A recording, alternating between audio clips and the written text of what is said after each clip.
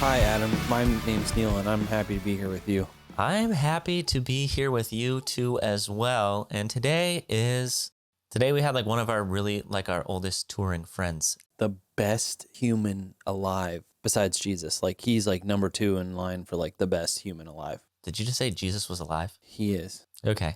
I did just listen to the Joe Rogan podcast with the guy who was abducted. I forget his name. I watched that too. That was actually an incredible episode, and what a wild experience. But Jesus might as well be alive. Yeah, true.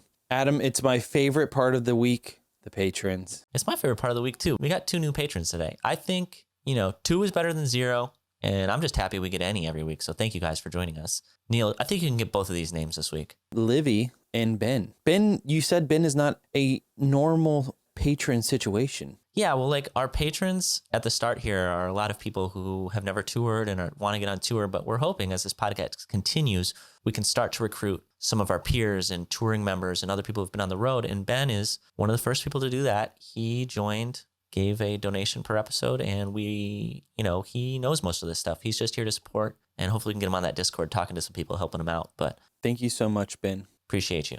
And Livy, you're cool too. So it starts with a J and it ends with a Jordan Lovis. Yeah. He is an incredible merchandise manager that gives us so much insight into all the different aspects of being a touring merchandise manager, merch guy, merch person, whatever you want to call it. He tells us we can call him whatever we want. Yeah. Merch is the job on tour. Just to put it out there, plain and simple, they're the people who sell the t-shirts. And if the tour's really big, they're not the person who sells it, but the person who makes sure that they have enough t-shirts to sell at the place. They really just kind of like go in there and make sure any interaction with anyone in the venue or any merchandising company, they are that middle person. They kind of make sure that the t-shirts get from the factory to the truck, from the truck to the table, from the table to the person. They handle all of that. And that's why manager is in their title, because they really are in charge. Yeah, merchandise manager. And I thought it was cool because listening to Jordan talk, I knew what he did, but I didn't realize how organized he was. It's so much.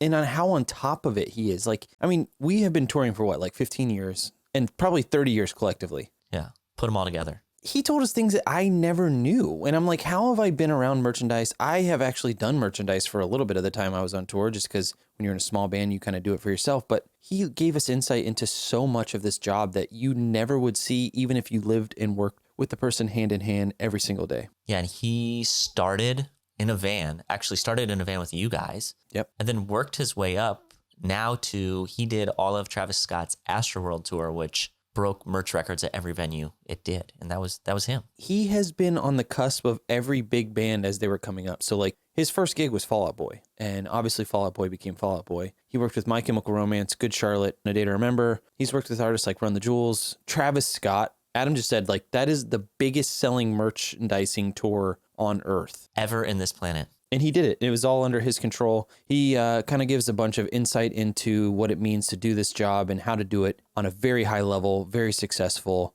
Very stoked that Jordan was able to come on and talk to us. His story is absolutely incredible, and I truly believe that everyone that listens to this podcast will leave with a new appreciation of what that t-shirt means when you buy it at a concert. Yeah, so here we go. This is Jordan Lovis, and he's absolutely incredible. Let's do it.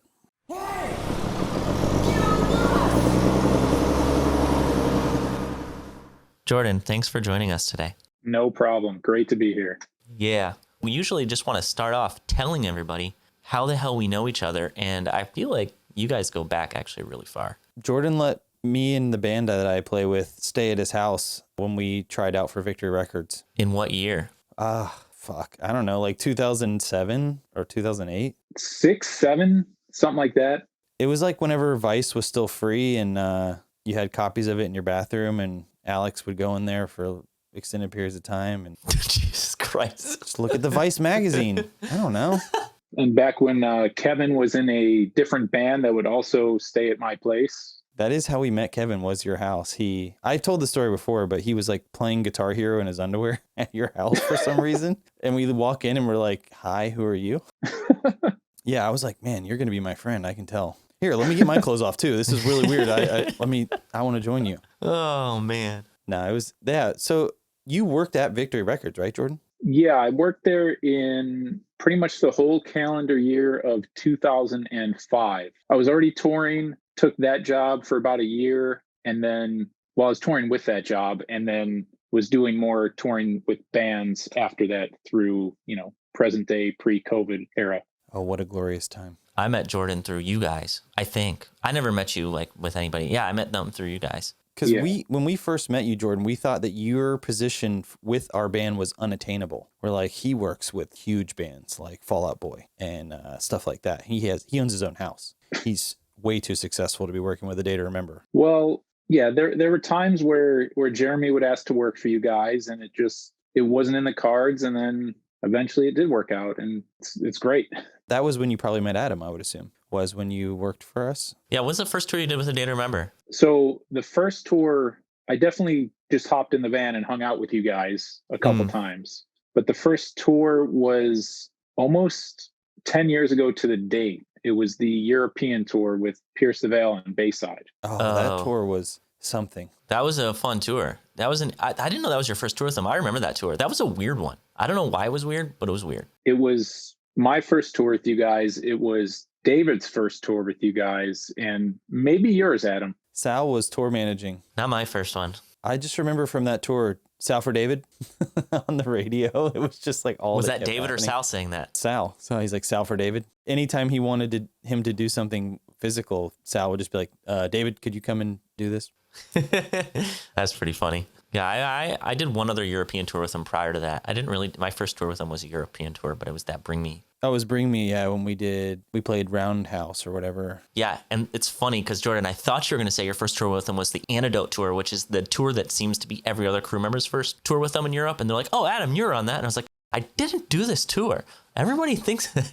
But I thought you were going to say that. It's going to be like, oh, of course. No, that was like the third or fourth one. I remember meeting up at the Tesco, the classic Tesco, where the bus parks below in the garage, and there was just so much merchandise. You're just like out there, and you're like, yeah, I just gotta, make sure all this merchandise is here. That was Quinn. I think it happened more than one time. Oh, you guys did it multiples?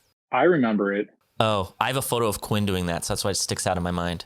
We had many a tour start at the Tesco. Real fast, can I just say that when Sal was TMing and I had to come out there with you guys for my first European tour, I don't think I've wanted to cry so many times in one day as trying to find out where this Tesco was without even knowing what a Tesco is.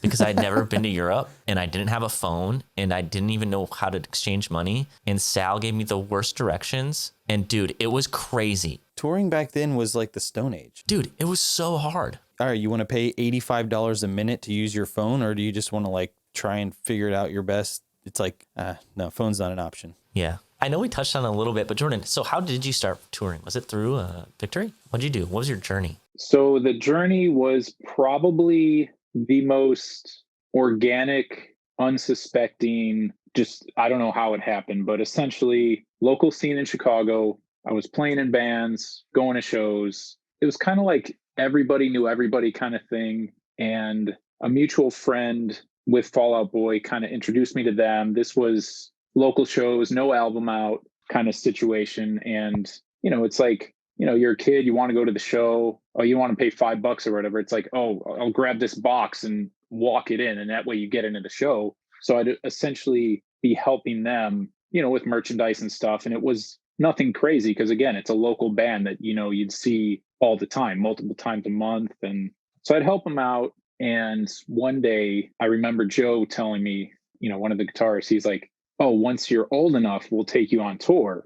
Thinking I was still in high school. This is a school year, not knowing that him and Patrick were still in high school. And I was like 2 years older and I was already out of high school. This was probably the fall of 2002 or maybe like the winter, spring of 2003. Like, how old do I need to be?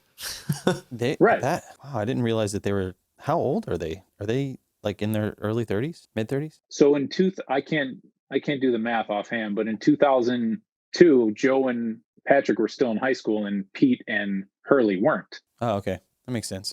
I'm like, oh, and I explained I'm already out of, high school. I'm just doing, community classes, not doing anything. And one day they called me up. They said, hey, we're in Cleveland, Ohio. We're going to drive to Chicago and pick you up and go on tour. And I had 24 hours to convince my mom that, hey, remember those couple dudes you met from that band one time, they're going to take me on tour for 2-3 months. That's awesome. How did that go? What was your mom's response to that? She was, I guess, kind of okay with it. The one thing she was really focused on was as long as I'm back for my sister's wedding, which I knew I would be. Good mom. So yeah, I figured, hey, the worst case scenario, born and raised in Chicago, I've seen Milwaukee and I've seen Florida because my grandma lived there. So worst case, I see the West Coast, I hang out with my friends, and if it sucks, I come back. Yeah, that's cool. And it didn't suck. Suck, it did not. I like touring. Fast forward 18 years, still touring. Yeah, they're still playing shows. They've been doing arenas, since 2005, which is insane. Yeah. It's like, so from the beginning, like how long did it take for them to like really be like, all right, it's not like, hey, you're a friend on tour with us, but it's like, hey, this is like a serious job. Was it like the first tour that you hopped in and you were like, man, this is work? Kind of. I didn't know what to expect. So I'm like, okay. And the bands we were on tour with, their merch people have already toured. So they were kind of guiding me. And it was like, it was no cell phone. It wasn't a laptop and it wasn't spreadsheets. It was a notebook and a piece of paper and, check marks and t-shirts rolled up and taped. It was, yeah. It was a learning process. And luckily, as they grew, they were growing pretty exponentially. As they grew, I was able to see the tasks and kind of keep up with that flow. It was like kind of being thrown into the fire where if you don't figure this out, that's it. Yeah. I was going to ask, I was like, I feel like, and Neil, you probably have experienced this from the artist level, there's some times where your band or your career grows a little bit quicker than the people that work for you. And I think it's just growing pains. You just have to cycle out a crew member. You might have a great relationship with them, but they just simply can't keep up with the demands. How much effort, like how hard was it for you to grow with them? I mean, that band grew fast, but I was able to keep up with it. I love a challenge. It was essentially, well, if I want to stick with this, I got to figure it out. So it was like, personal motivation and just liking music and being part of that. I'm like, this is the coolest thing ever. Like every day was new. It's like still excited. Just, I want to figure this out so I could keep doing this. You say like whenever you guys were growing really quickly. And so as you were touring, you obviously toured with people that were headliners, right? Like people that closed the show, they brought the younger band out on tour, and those merch people they kind of showed you the ropes. Like that's probably like free college. Oh, for sure. Unless it was playing with local bands in the local band city, we were not the headliner. It was opening for, early November, Hidden in Plainview, Rufio, Motion City Soundtrack, so it was just being around good people willing to figure it out, help you out. And yeah, got really lucky. I feel like that's how in that time frame of growing and learning in touring, it's like having those older bands to kind of look up to, regardless of like how well they're doing. You always have people who've done it longer than you. And we kind of talked about this with some other people that we've had on the podcast, but in those situations, they're the largest opportunity to grow. If you're willing to kind of put the effort in and ask the questions to people that have been around longer than you, you can learn so much without really having to go out of your way from doing your job already. Exactly. Yeah, it's interesting to me that you said, I was just really lucky. We talked a little bit about creating luck in prior episodes. But I mean, to an extent, like you had to make those decisions when those times presented themselves. For example, going on tour and asking your mom to go on or learning every day. Do you think that like, I don't know, were there any times along your path where you wanted to stop, or were you just like, I'm going to start touring? Like, is there a moment where you clicked? You're like, I'm going to do this for a living. Yeah. The moment it kind of clicked was a couple years down the road where, you start out with your friends. That was the bridge, it's like starting with your friends. And then a couple years later, I was working for bands that I didn't personally know, where it's like, hey, we heard a recommendation that you're good for this. Like, could you tour with us? And it was to the point where I'm like, okay, people that don't know me want me to do this job for them. I must be good. I must be doing something correct. I think that's another thing that you touch on that we really stress in the podcast is when you get good at this, I can relate mostly on a photographer level. It's like you're not asking people to go on tour with them anymore. They're asking you to come out. And that's when you get your bargaining power. And that's when you're able to get paid a good amount of money. And that's when you're like, all right, I'm in demand. That must have felt good. Yeah, it was great. It's, word of mouth. You're growing. So you obviously want to level up your career with the artists that are leveling their careers up. It's like, because as you grow, the opportunities also can grow as long as you're willing to accept that workload and that responsibility of like taking on these new skills. Cause I'm sure it's super easy to kind of just, well, you know, we're going to go on tour in 2 months. I'll just hang out at home. But if like someone's hitting you up and like, hey, I have this job offer for you. Do you want to tour for this next month? It's going to be different than you've done before. You have to take those opportunities, I feel like. I agree. And I know a lot of people that don't take those opportunities, for whatever personal reason they have. But it's like, hey, if you really want to do this, you need to take that opportunity, whether you want to consider it a risk or whatever, and make it happen. There's some stuff that doesn't go as well. And you either leave or you just do the tour and say, hey, I don't want to do that again. There's ups and downs with everything. Yeah. That makes sense. Well, it's cool to kind of know how you got started. I mean, Neil and I both meet a lot of people on tour, and I don't know, you never really are like, so how did you get started?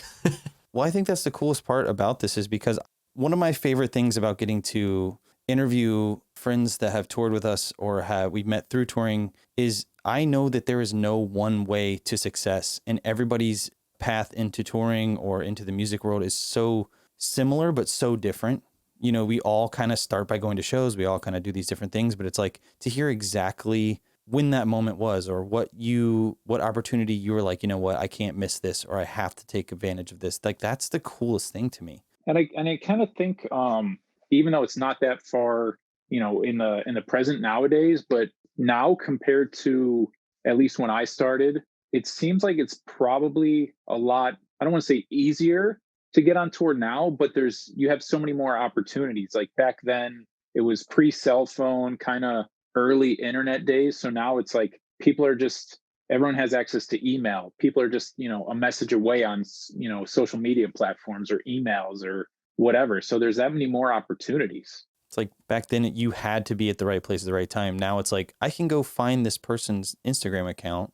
They obviously are interested in this and they seem like a cool person. Maybe I'll ask if they want to go on tour. Right. Or maybe it's a band that's a state away versus I didn't know any bands from Indiana or Wisconsin. Yeah. It's like I just knew what was within the 30 minutes of my house. Yeah, yeah. We talked about it again yesterday. It's like some of these things that are so obvious that you just don't even think about. That is the whole landscape of getting a job nowadays is different. Before it was like, man, you really have to know someone, or you really have to be in the right place at the right time. And now you really don't. You just have to go out and put yourself out there and show that you're willing to do it, to work. It's interesting to me because even though we have those tools to connect with somebody rather quickly, they're not 3 people away, they're just 1 message away. I still think that the FaceTime, being there in real life and doing stuff in person trumps everything. Like it just literally is better than everything still, which is interesting to me because some, jobs aren't like that anymore. They've totally changed. And yeah, you can hit people up, but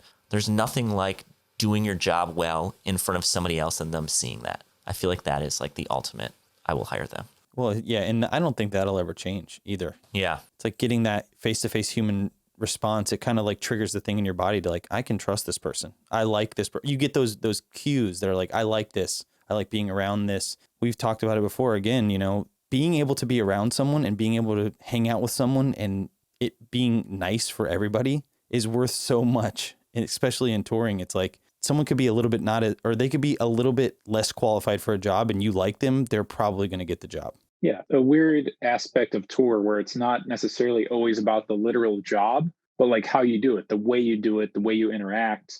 It's a lot of things that somebody may not think about. Like, oh, I could do this. I could string a guitar, but okay, what happens when a string breaks mid-set and, whatever other factors? You have that fight or flight and you're able to kind of handle those hectic situations with ease. And then afterwards you're like, I actually still want to hang out with this person and don't want to kill them. It's worth a lot. All right, so let's move forward now to, your merchandising manager, or for short, people call you merch. Do you have any other names that people call you that are appropriate? No, not really. It's pretty standard. Merchandiser, merch manager, if you want to get fancy. T-shirt guy. T-shirt guy. What skills do you think that, like, I don't know if they came naturally to you or you got better at them, but what skills do you think are required or good to help somebody qualify to do this job? So probably the most important skill for merchandise, I'd say, is organization. You are in charge of a changing day-to-day, essentially retail store. Mm-hmm. You need to know where all the product is. You need to, have your accounting, handle the cash, handle the credit cards.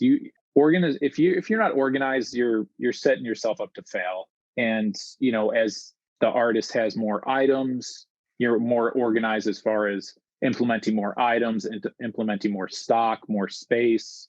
People skills are a big issue because you're dealing with people, whether it's at the venue or whether it's the fans buying the products. People skills are essential. And also, I mean, there's a lot of apps and programs and whatever that do it, but basic math skills are definitely helpful. Even if you type your numbers into a computer at the end of the night, this person wants 2 shirts, one's 20 and one's $25. You got to realize that's 45, Quickly too, like people are trying to move out of that situation as quickly as possible. It's like, I don't know, like for me, doing math like that while people are like, hey, I need this right now, I'd be like, I don't know if this is for me. Adam's still trying to add it up. Yeah. He's taking the shoes off. I'm getting my calculator. I'm actually making a spreadsheet for it. He's making an Excel to do merchandise. See, Jordan is so well versed in this, he can see it on your face. If I don't write stuff down, I'll forget it. When it comes to all of that stuff, organization first and foremost. What are some other things that you would say you could not do and have this job? I could not do? Have a massive beard. Play guitar in a band. I didn't graduate high school. What are some skills you could have besides organization to really excel at this position? People skills, math skills, common sense goes a long way as far as just life in general. Just learning how to treat people, whether it's the crew, local, or touring crew, other artists crew. It's communication, it's people skills, math skills, and again, first and foremost, organization. It's a moving retail situation where you are constantly talking to people all day long. Yeah, I think he said it best. I agree with you. It's a traveling retail store. So if somebody like in their normal life is like, well, I work at, Zoomies, or I do this thing, and they're like, I want to tour, they'd probably be better at this than they realize they are. I think so. It's a lot of different stuff, but it's a lot of different stuff that you can, you really got to learn hands-on, like a lot of touring skills, like a lot of stuff you've talked about. Like you can have the basic idea, and then once you're there in that situation, you adapt to that situation and take your skills plus what you just learned, and that's the job. Like we've talked about before, it's all things that kind of are common sense, but you never really think to kind of put all of those things in a row and use them in real life. Like it really is easier than it seems. And kind of having someone to talk about that and show you and understand that you already have all these skills, I think that's key. Absolutely. So on a very basic level, somebody's like, hey, I want to get into merchandise. They know that you sell shirts at the show. That's what you do. But can you explain, I know we've got into this a little bit already, can you explain the other jobs that you kind of have to do all day, every day? Not the specifics, just overwhelming. So sell shirts, accounting, like you said, you have to be good with numbers. What else is there, if anything else at all? That's essentially the bulk of it. It's, clearly like any other touring job, load in, load out, you have the door time, bringing the product in the venue, having it organized, setting it up, and then selling the product is the bulk of it. And then, essentially settling the show. After the show, you count back what you didn't sell. If you started with 10, you count back 3, you sold 7 of those, and you'll most likely plug it into your computer or tablet or whatever, and it'll auto calculate. That's however many dollars, and you settle the show and pack it up and do it again. Even as long as I've toured, I didn't really understand the idea of counting in until we were on one of the last tours we did. I went and hung out with Davey, our merch guy, and I was like, holy shit. Okay. I totally understand now, it makes perfect sense, but it's like, I never was like, why do you have to count in all this stuff? And I didn't understand that it was just to create accountability between you and the venue, right? Yeah, that's exactly right. Where, you start with a box of 100 shirts in the show, you have 100. And then the most efficient way, which people have pioneered way before I got involved in this, is there's no point to keep track as you go because that just wastes time. So at the end, you just count back what's left. And then essentially you're accountable for those units that disappeared somewhere between you bringing the product in and the end of the night. So do you have to those numbers all have to match up, and then you have to have the money that makes sense for it. And then if there was one of the band's friends, you gave it away, comped a shirt or something like that, all those numbers have to make sense. And then at the end of the day, when you count back that number, that is what it is, right? Exactly. It's the most black and white, situation. It's, you had 10, you now have one. You have accountability for those 9 that are not there. So before we get into what you do on a daily basis, do you think you could talk a little bit about how this job scales? So maybe walk us through like when you're in a van selling merch, what it's like, and then all the way up to how the job kind of changes, if that makes sense. I know you could go pretty deep on this, but on a very basic level. Sure. In a van tour, everything is going to be a small scale, the smallest scale probably. You wouldn't have that many items. Your sales would probably be pretty low unless you're Fall Out Boy in 2003. So, it would be the same accountability. There's a lot of stuff that's remains no matter what level you're on, where there's still the same accountability. You bring in, but instead of bringing in 100 boxes into the show, you bring in 1 box, so you'd have less units, but still the same accountability. And then essentially, because if you're in a van, you might be opening and you're only allowed to sell X amount of items. The headliner says, we have 10, the main support has 8, and the opener, which is you, has 4. But when you say items, just to clarify here, he's not saying 4 shirts total. He's saying 4 different designs, right? Correct. Yeah, you could bring in 100 of your tour shirt, which is 1 design, 1 item. So as it scales up, you're probably going to have more items. In theory, your sales would be higher because you're moving along the chain. And that's really it. As you scale up, you're probably going to have more of the venue sales, which is kind of a different area, but you could have those on almost any level tour, but you might not have as many. So become more prominent or more normal as you get higher up. And I don't know if you want to give a quick run through of the difference between venue sales and what we're talking about for the most part here. We'll go in depth in it when we walk through the day, but if you want to just explain the definition so people know the difference. Right. So most time on tour, again, smaller scale. And as you work your way up, you will be the vendor. The person on tour that the artist hires is selling the shirts themselves. The accountability is all on them. And when you have, usually it's larger venues, there's also some smaller venues that in the agreement that's already been agreed between the agent and the band's agent and the venue rep or whoever, the promoter, they say this is a venue sell, which means you as the artist rep cannot sell the merchandise. So you facilitate the merchandise to them. You say, I have 100 of these, and the venue staff counts 100. They verify what you brought in. They will sell the product for you. And what I do throughout the day, depending on who it is, I will check up on them, whether it's face-to-face or text or phone call, and see if they need more stock, situations like that.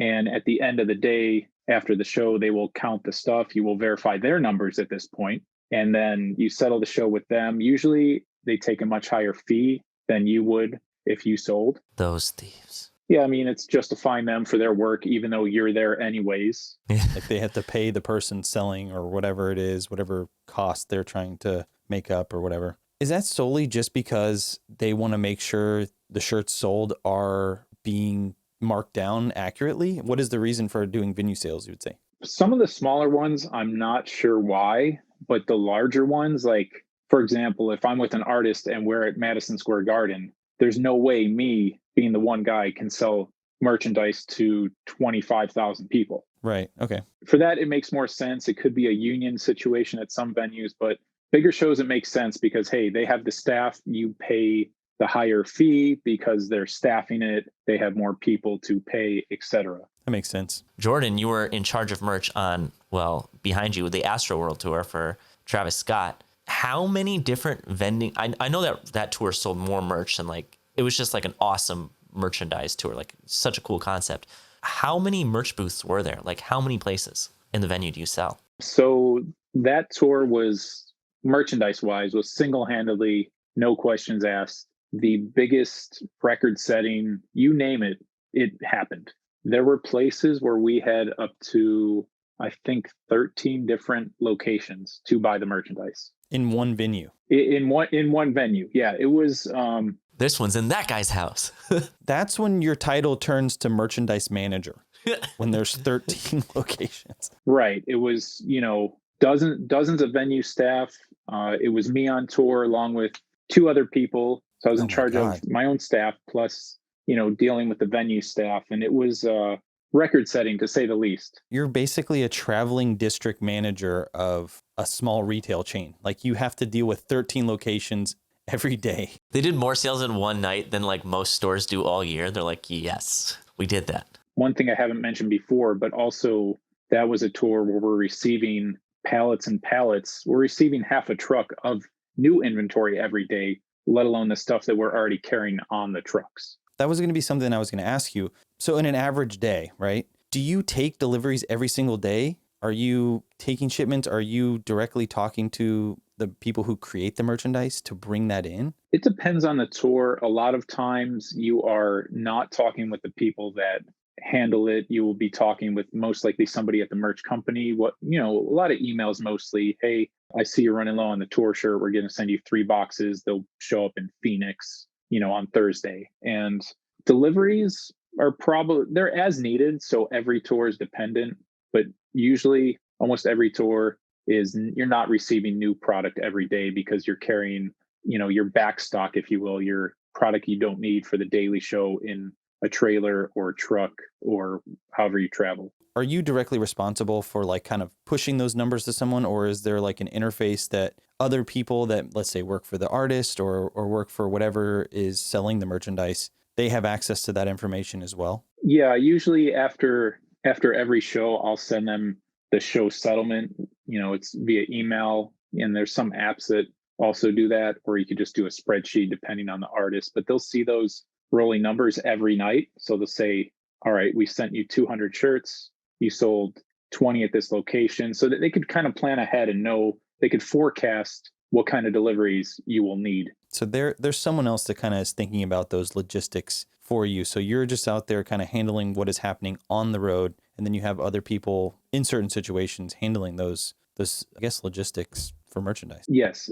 Some tours, depending on the deal with the artist, you might have to order the product, but generally somebody in the office takes care of that. Oh, okay, cool. I guess on an average day, what does it look like for you? Like when you start, what are you doing? First thing, pretty much across the board on tour, load in. Usually, for almost every tour, your returns from the night before will go on the tail end of the truck, trailer, whatever. So if they're the last on, they're going to be first off. So you might have to get your remains from the last show, bring that into the venue, put it in the merch area, and maybe wait an hour or 2 hours or whatever for all the other gear to come off. And then your stuff is going to be the very last thing because it doesn't need to move every day. The shirts that you get to replace the ones you sold last night for tonight are going to be after all the gear at the nose of the truck, which is the front. It's like a hurry up and wait situation. Exactly. So you might grab your couple boxes off the end, get breakfast or whatever, do what you got to do, come back, your stuff is accessible. You take what you need based off the numbers from previous shows. You say, okay, well, the trend is on this tour for every 1,000 people in the venue, we're selling 20 tour shirts, 5 mediums, 5 larges, 10 XLs. So it's all based on an average. Right. This one is 5,000 people. So you're going to take those numbers, multiply them times 5 and bring in that stock. I mean, everybody has a different way to do it. I just like to go off kind of a rolling average. There's going to be situations you can't expect where, all right, in El Paso, Texas, everyone only bought smalls. So during the show, you might have to run out to the truck and grab more smalls because it's something you didn't expect. But next time you're in El Paso, you got a lot of smalls coming in. You know what's up. They grew up and they're going to buy mediums now. Oh, There's no way to ever know what happens in El Paso. I've been to El Paso for an off day. It's an interesting city. It is. I spent Thanksgiving there. Really? Yeah. Oh, one time. Not this year. Not this year. Well, it hasn't happened this year yet. That is true. I keep forgetting that it's a new year. So it's like right after you get in, you kind of like restock everything from the night before. You do this while you're setting up your merchandising station, I guess you would say. Yeah, what's it? Merch booth. Merch booth. Yes, that is exactly what it's called. Yeah. I mean, essentially, there's a lot of stuff where there's no right or wrong way to do it between load in and door time. Mm-hmm. You could set up your displays and then you could get some more stock that you need for that night, or you could get your stock for that night and then set up your displays. What I like to do is take the couple boxes off the end, just depending on how much time is between that and getting access to what else I need to bring in. I'll set up the display, to kill that time and make it useful. Grab what I need for that day, either talk with the venue at that point, say, hey, I'm ready for count in if it's venue sales, or kind of just have it set up and then chill on the bus or go for a walk or eat lunch or whatever until doors, which then you really can't leave unless you got to use the bathroom or get more stuff. Yeah, you're locked in. Doors is your next, like, I have to do something when this happens, obviously. I mean, you have to be there to sell merch. So after you set up and before doors, is there anything else that you're like, this is on my to-do list, or you're really just filling your free time with tasks that you have to get done eventually? Well, that's kind of what it is free time, because Okay. once doors hit, there's no free time. I think we talked to Charlie, and Charlie was saying like his personal time was in the morning because he didn't really get personal time any other time. So I guess for merchandise as well, like that's like your personal time. If you want to do something or go check out a store or whatever it is that you want to do in that town, that's your time to do it. Yeah, morning or kind of probably late afternoon where everything's set up and you're confident enough to the point where you're like, all right, I could leave for an hour, 30 minutes or whatever it is, and you're not going to come back to a disaster, or somebody's not going to call you and say, hey, why didn't you get this done or whatever. That's like the worst feeling is leaving venue. I get such anxiety because, well, from a photographer, it's a whole different story. But even crew, it's like if something comes up and you're not there, now it's your fault. And that's just the worst feeling. Oh, yeah. There's been times where you go to get a coffee with another crew guy and one of you gets a call on the radio or a text or something. It's like, oh, dude, I got to go back now. And you're like, okay. I've had that happen so many times. Like you're like there, food just gets brought to the table or something. And they're like, I need to go like right this second. You're like, Neil, you're supposed to be on stage. Oh, yeah. Show's not happening. Push it back an hour. No, in my case, they're just like, we'll play without him. Turn the track on. Can you imagine if you had a track that was just like a backup track for a member? They're late. You're just like, flip it on. I can't imagine. I'm sure people have that, right? Not from our band, but maybe others. So sound check. There's not merchandise at sound check. Like, what are you doing then? Is that just more free time? Yeah, that's probably a time where you're eating dinner or, just chilling. So merch people kind of operate on their own schedule, with the exception of load in and doors. Everything else, they're kind of just doing their own thing. They're not working with backline techs or tour managers for the most part. They're just doing them. Yeah, it's kind of an independent thing, but you also like you're going to be commingling with the other band's merchandise managers on the tour. You're going to say, hey, I'm set up. This is my footprint.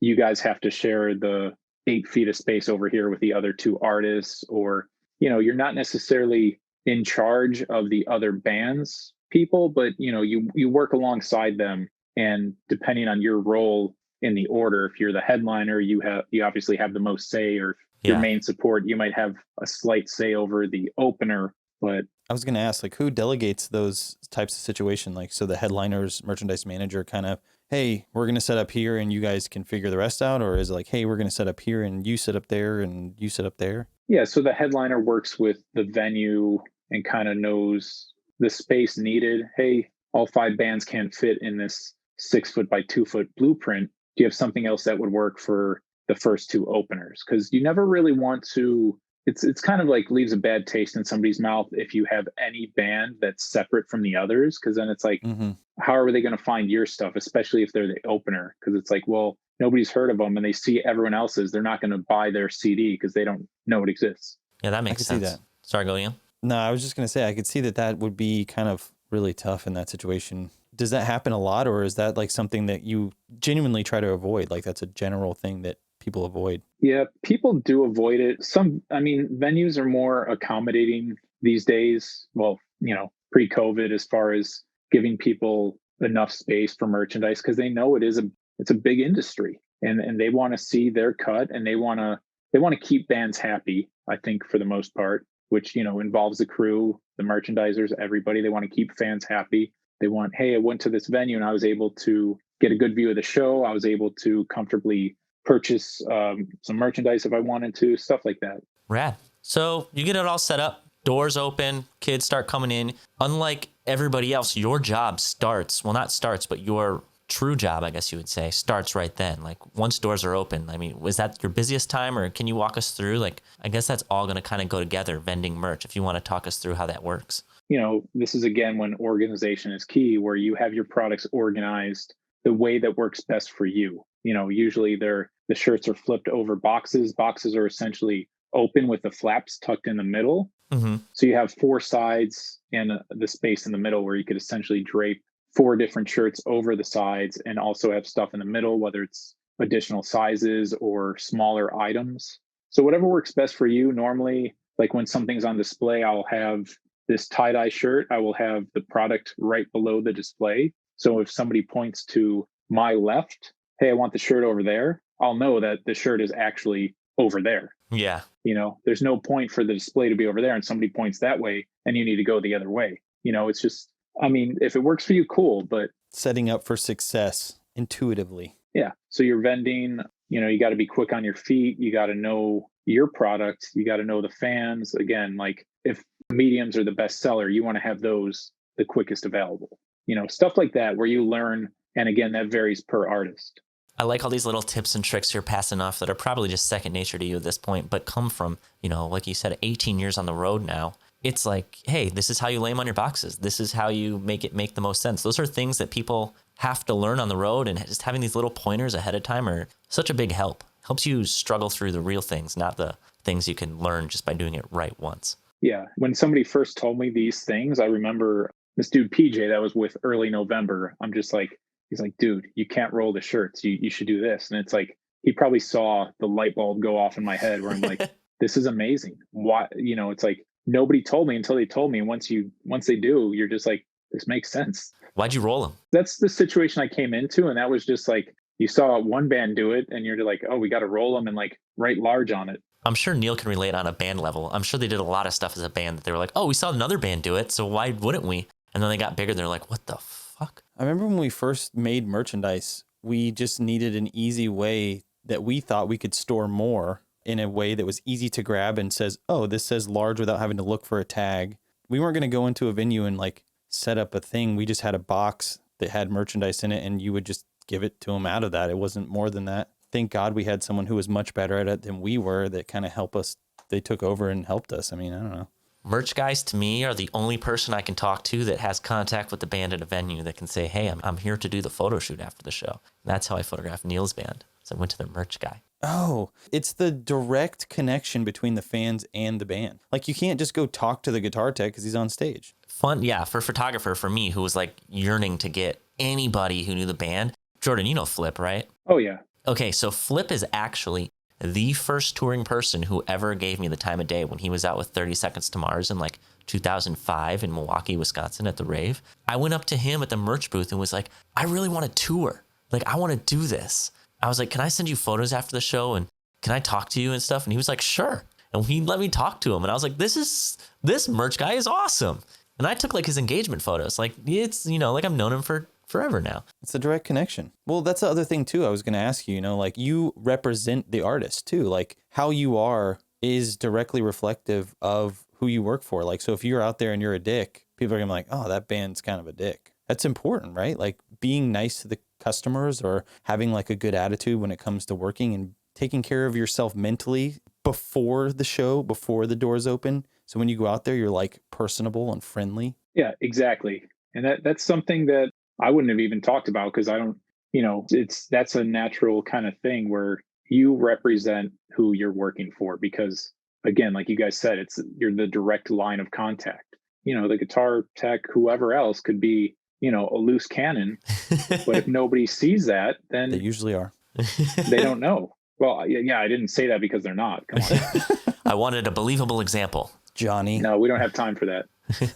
I was just thinking about that too. It's like, there's been so many times where when I was younger, like I just thought they are the band, like even though they weren't, it was like, if they were mean to me, I'm like, oh, they're just supposed to be. It's because that's how it is. And then when they're nice to me, I remembered it. I was like, oh, the merch guy for Silverstein was awesome. I love Silverstein. And I don't even know why. It really does make a difference, Absolutely. Well, it's that trickle down effect, It's like if you're, whoever's above you acts a certain way, usually it's the people below them will act that way as well. And I think that generally bands who are nice and good people often surround themselves with crew that are nice and are good people. So maybe sometimes, it is how the people are that you don't meet. I don't know.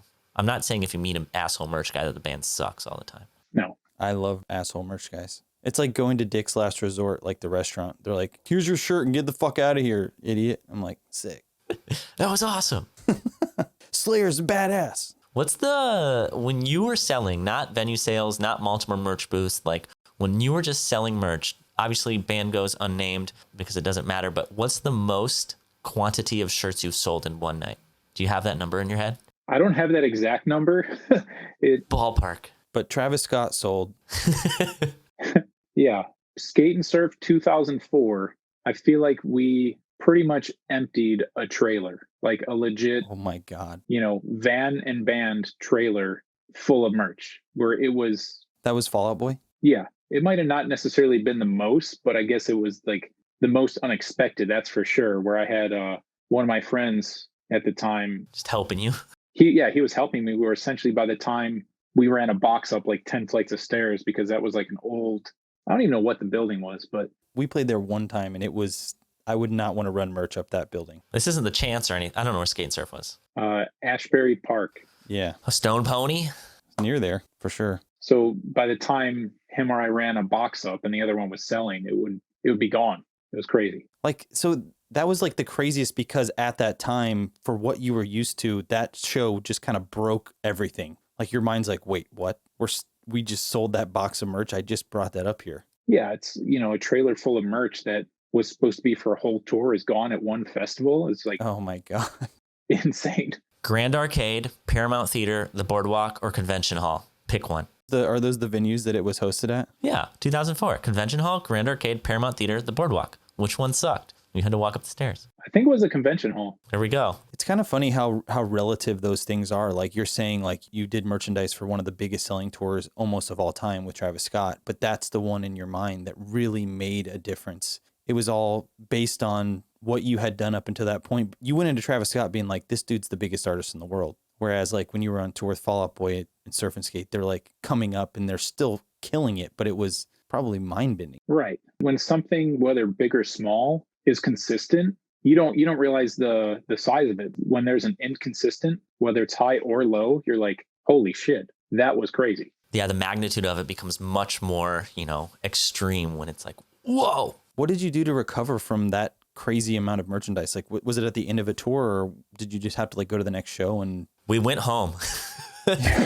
Well, that's the thing too, is you don't ever want to have, you don't ever really want to sell it all, if that makes any sense, because you know that more can be made, or it's like at one show, oh, we sold out of everything in Philadelphia, but there's more in the truck. So it's like, why hold that, for the Pittsburgh show tomorrow when you could sell it today? You mean you do want to sell it all? oh, you do want to sell it all. I think you said you don't want to sell it all. You don't, but you do. Oh, well, now you've got me in a conundrum. Help me understand. So you're saying you do want to sell it all because you want to make the money, but you don't want to sell it out because you need some for the show the next day, or you don't need some for the show next day because they can quickly make you some? The latter. You want to Okay. sell as much as you can when you can. Okay. Tomorrow the singer gets sick and you can't play the show, or that day in the case of Neil's band. Or is that Glasgow? Yeah, it was Cardiff. Cardiff, yeah, where 2 hours before the show it can't happen. In those situations, at least you made the sales when you could. So it's like you never want to like plan for the rainy day, because that day could be ruined as well. It's like you always want to just take advantage of whatever.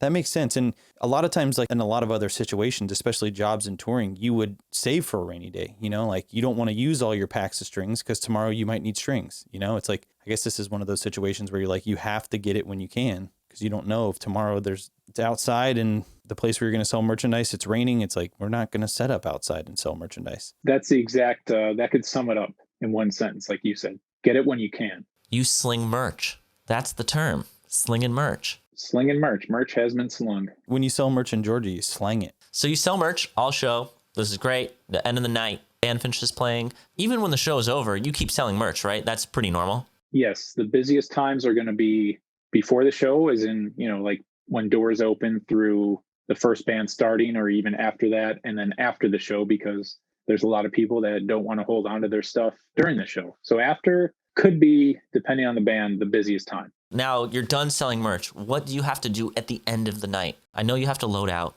We know you have to put your stuff back where it came from, but what else do you have to do? So you need to count out, and this is kind of the fine line of, you want to bring in enough for the show, but you don't want to bring in too much into the sense that you're taking 2 hours to count out what you didn't sell that you brought into the show. That is, it's unspoken about until now, but that's really important, because you want to maximize the sales and be as efficient as possible as far as load in and load out. If you're bringing in 100 boxes when you only need 5, that's not efficient loading in, and it's going to be just as non-efficient loading out. It's like when you pack a bag to go on the road traveling, you know what I mean? Or anything. You don't want to bring too much stuff. It's just going to cause you a headache in the future. It's just going to be a hassle. You know, it's going to cost you time, and you don't have that. So you want to just bring it just what you need. Yeah, it's merch is kind of like a chess game for cloth. Nice. Cotton chess. Yeah, I'm going to trademark that. I just thought of it. I already bought the URL. I have an audio to GoDaddy or Google Domains set up on IFT. Audio to GoDaddy? Yeah, I say a word with .com on it, and then GoDaddy automatically purchases it for me. Yeah, it's a little program I set up. I think that in itself is probably at least a $1,500 to $2,500 idea. I'll take it. TLDR. So, I mean, I guess another reason why you wouldn't want to bring in too much is because it goes at the end of the truck, and then you have to continuously unload that merchandise, and you're slowing everyone else down for the next day too, right? Yeah, you're screwing yourself. You're being inconsiderate of others. Just common courtesy. It's something you don't want to do. You're working together with everybody, and it's like you piss people off. You're just going to have to live with them and hang out with them on the bus later, and then they're going to be like, man, you suck. Where's that red bearded guy? He fucked my day up. I'm going to fucking talk to him. I'm going to eat his pizza. Okay, another question that people probably want to know. How often do you get fed pizza on tour? Too much and not enough. Oh, man, what was I going to ask? All right, cool. Well, we pretty much know your whole day. You do all that stuff, and then you have to do accounting and money stuff at the end of the night too, right? That's a big part of it. Yeah, so usually, if there's slow times during the show, I'll count cash and kind of set it aside knowing what I have, in a secure location, whether it's a backpack, somewhere where it's not accessible to, fans and everything. And a lot of transactions now are credit card based, so there's usually less cash to count. And before I leave the venue, before I even settle with the venue, I make sure that everything matches up. I settle with the venue. I'll go to the bus or backstage. I'll load out, go to the bus or backstage, and send that email or report off to whoever gets it. Usually it's the tour manager, artist management, the merch company, and whoever else, maybe an agent or something. And they see that. So that way it's like I could go to bed knowing that it's not done, and I don't see an email first thing when I wake up and it ruins my day, where it's like, where's the settlement last night? How'd you do? Yeah. And usually at that time, after I send out the settlement for that show, I like to get a jump start on the next day and kind of figure out, I'll set up the spreadsheet for the show the next day and figure out what I need to bring in. I'll jot that in my notebook. And that way, let's say I wake up late or something, like I already have that information, is my brain still functioning? It's really all about being prepared, like kind of like not procrastinating, not waiting to the last minute. It's like setting yourself up for success always. Like you're trying to think ahead. Like tomorrow is a 10-story load in up 10 flights of stairs. You can't just roll in 3 minutes before load in. It's like you got to think about that kind of stuff. You must be in lacrosse. Yeah. Oh, the warehouse. What do those stairs say? It's like you're halfway to rock or some bullshit like that. You know what I'm talking about? When you walk up those stairs, there's like 70 stairs and like halfway up, it's like you're halfway to rock or some weird slogan. So it's a long way to the top if you want to rock and roll, I think is a line. I remember playing that venue and loading a 610 Mesa guitar cabinet, which is probably the heaviest piece of gear ever, up those stairs. It was awful. I know we didn't talk too much about venue sales. Did you want to add anything in there at the end when you leave with venue sales, or are we good? So venue sales is kind of, going back to it now, it's kind of more work in advance, where you're going to reach out to the venue before the show. You'll reach out to their merchandiser, and you'll coordinate a lot before the day of show. You'll say, hey, this is what I'm bringing in a black tour shirt, whatever these sizes, this, and this. And you'll set up a time to meet them. Usually you would know where it is. It's usually at the merch area, and you would meet up. You'd lay your stuff out. You'd lay the same design, smalls, mediums next to large, next to XL. You'd lay it all out on boxes or on the floor in the merch area, so they could easily count it and verify it. You kind of work with them and make it easier for both of you. And then they count it, they set it up. You kind of babysit them. You make sure all your items are hung up, they're displayed, the prices are correct. And then, during the show, reach out, see if they need more stuff. And then after the show, you kind of wait on them for them to lay it all out. And it's just the reverse order. They count it, you verify their counts, and then you put it away. Roll it back. You gave me terms though before. Returns. Yeah. So returns are what's left from today's show that will go in tomorrow. I just wanted to get another keyword for the glossary in the podcast. It's a good word. It's a word everybody knows already, but in this context, it's probably a pretty important one. Yeah, it's a major key. I have a question for you, Jordan. So what is something that you learned like in your early days of touring and managing the merch that you still use like on the biggest tour, like on tour with Travis Scott? What's something that kind of translates through all of that? Oh, that's a good question. I want to say everything. It's just scales, like any of the skills you learned on that tour, they're the same skills you're using to sell Travis Scott's millions and millions of dollars of merch, but it's just scaled larger. Yeah, if you could do a van tour, you could definitely do an arena or stadium tour, knowing that the tasks are the same, but more of them. Again, instead of one box, it's 10 boxes, and then it goes to 100, and then it goes to a few thousand. It's like, so people that are coming in and like with aspirations to do tours like the size of Travis Scott, if they're really good at what they're doing in a van on a small bus tour, they can do those big tours just using the skills that they have, as long as they're willing to kind of take on that elevated workload. Absolutely. It's just about networking and building those bridges to get to those levels. Yeah. It's chances of you going from a van, a club show in a van to an arena tour, whether it's a van or bus, instantly, not very likely. It does happen, but you got to work your way up kind of like any other job. Well, as someone who would hire someone like that, it would make me feel less comfortable knowing this guy's only experience is selling merchandise for someone in a van or in a like a House of Blues size tour. I would need that assurance because they're working with so much of your money and so much of your product that they're accountable for. Right. And it says your responsibility goes up. So, cool, you could be responsible on a van tour, but you don't have anything else that says you'll be responsible for something that's 1,000 times, that's 1,000 times more of a responsibility. Yeah, it's one thing to carry $100 in your pocket. It's another thing to be carrying $100,000. You know what I mean? Like that's a whole nother level of. Oh, I have a question. And I don't know if this is going to be as important after COVID, but if you are rolling around with $100,000, what do you do? Like, do you just put it in your bank account or like what?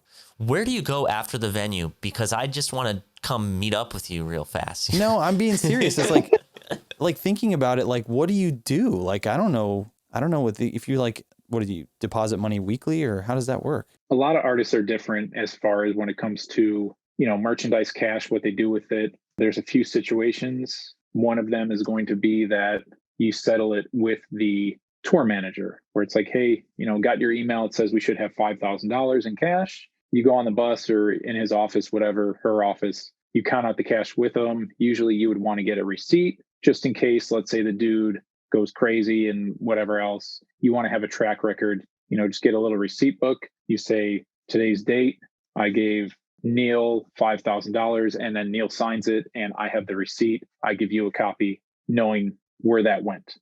There's some other situations it could be working for a band or a merch company that they want it deposited. So maybe on a day off or, if you have some time in the afternoon one day, you go to the bank and you deposit for them. And then you just email them the deposit slip saying, hey, I deposited $5,000 for the show in Memphis, Tennessee. It's like, because until you get that signed off, you're responsible. Absolutely. It's a big responsibility, whether it is a box of shirts or physical cash. That is all money, property, responsibilities that you're responsible for, but is not yours. Right. The band paid for this stuff. The band expects to be paid for this stuff when it sells. I always wondered that. I'm like, in my head, it's like, yeah, he takes all the money and he has the money. I'm like, where does it go? I just have like flashback memories of Warped Tour specifically where there's always like a certain amount of time where I'm not allowed in the back lounge because it's the merch guy counting money.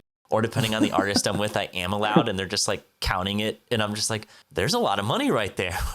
It's just, or they have like a money counter and it's usually them in the TM, like you're saying, settling. I know Warped Tour is a free for all, but. I have another question for you, Jordan, before we wrap this up. As the world has changed with COVID, how do you see what you do changing? That's a good question. I've seen a lot of people kind of speculate what would happen, and I don't see much changing, if anything, in the sense of I feel like my job won't come back until it is safe to come back at the level where it was pre-COVID. Okay. But you're not going to handle cash, though. Like, I would assume that the credit card sales would be much higher of a portion of what income would be. Yes, even over the past few years, credit card sales have definitely increased, and sometimes they even outweigh cash sales. A lot of times they do. It's easier to take a credit card more than ever. There's all these apps and platforms and little machines. People are used to carrying less cash on them. And yeah. Is that something that you provide, or is that something that the artist would provide for you? Usually the artist or merch company provides the point of sale system for you to take cards. It's not going to be something personally that you would have yourself. Okay. And one final question. Do you wear shower shoes? You know what? I'm going to say that I'm one of the few that doesn't. No, that's the majority. Is it? Yeah. Based on our experience, which might be high variance because it's not a huge number, but yeah. I mean, I consider myself to be a pretty clean guy, and there's a lot of tours I forget to bring sandals. I really don't like sandals in any circumstance. Me too. So usually I forget them at home because I don't know where they're at. No, not only are you no shower shoes, you're no sandals. Get out from between my toes.